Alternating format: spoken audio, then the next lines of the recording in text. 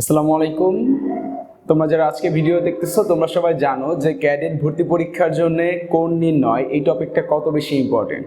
তো আমরা নিয়মিত আমাদের ফ্রি মডেল টেস্টে ক্যাডেট ভর্তি পরীক্ষার যে কোণ নির্ণয় টপিকটি আছে এই টপিকটি সংযুক্ত করার চেষ্টা করি।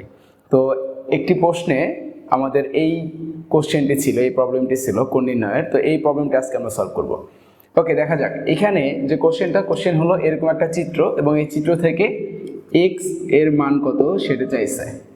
এক্স কোণের মান কত হবে, অ্যাঙ্গেল এক্স এর মান। তো এইখান থেকে আমরা কিভাবে নির্ণয় করব? আমরা সকলে জানি যে একটা বৃত্তের মধ্যের যে কোণ, বৃত্তের চারদিকে যে কোণ হবে সেই কোণের মান কত আমরা সকলে জানি না? সেটা হলো কত? 360 ডিগ্রি। এটা আমরা সকলে জানি। তাহলে এইখানে দেখো তো কি হলো, এখানে কিন্তু একটা বৃত্তই হইলো, অর্থাৎ টোটাল একটা কোণ হইলো 360 ডিগ্রির একটা কোণ। এক্স 76, 89, 2x সবগুলো মিলে কত ডিগ্রি হবে এখানে? 360 ডিগ্রি। তাহলে এখান থেকে আমরা একটা ইকুয়েশন বের করতে পারবো যে এক্স এর মান, এটা যদি আমরা মুছে দিই তাহলে x plus 2x plus 76 plus 89 সমান কত? 360।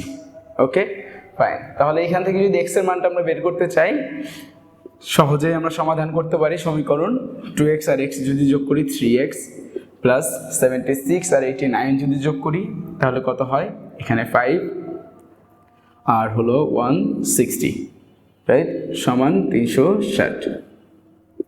ওকে, তাহলে 3x সমান, এটা যোগ আছে এপাশে পাঠাই যদি দেই বিয়োগ হয়ে যাবে 165, বা 3x সমান যদি 360 থেকে 165 বিয়োগ দিই তাহলে কত আসে? এখানে 5, এইখানে হয় হলো 9 আর এইখানে হয় কত? 1, তাহলে 195। বা x এর মান যদি বের করি তাহলে 195, 3 যদি এই পাশে পাঠিয়ে দেই তাহলে কত হয়? ভাগ হয়ে গেল, এবং 195কে 3 দিয়ে যদি ভাগ করি তাহলে 195। 3 দিয়ে বিভাজ্য কোনো সংখ্যা কখন হবে?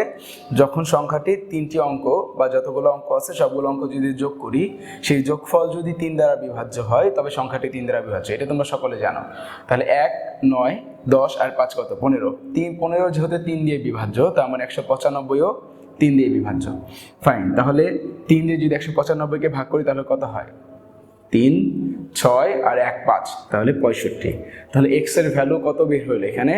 65। তাহলে আমরা লিখতে পারবো যে এক্স কোণের মান হলো 65 ডিগ্রি। অবশ্যই এই ডিগ্রি চিহ্নটা দিতে হবে, ওকে, না হলে কিন্তু তুমি কোণের মার্কস পাবা না। তাহলে কোণ এক্স এর মান হবে কত? 65 ডিগ্রি। ওকে, ফাইন। তাহলে আমরা যদি একবার রিভিশন করি, এখানে কি হবে যে সবগুলা কোণের যোগফল হবে 360। 360 থেকে আমরা একটা সমীকরণ গঠন করব, গঠন করার পর দেন এক্স এর মানটা বের করব। তাহলে এক্স এর যে মান হবে সেটা আমরা অ্যান্সারে দিব, অবশ্যই ডিগ্রি চিহ্নটা দিয়ে দেবো। ওকে, নেক্সট কোশ্চেনে যাওয়া যাক এখন।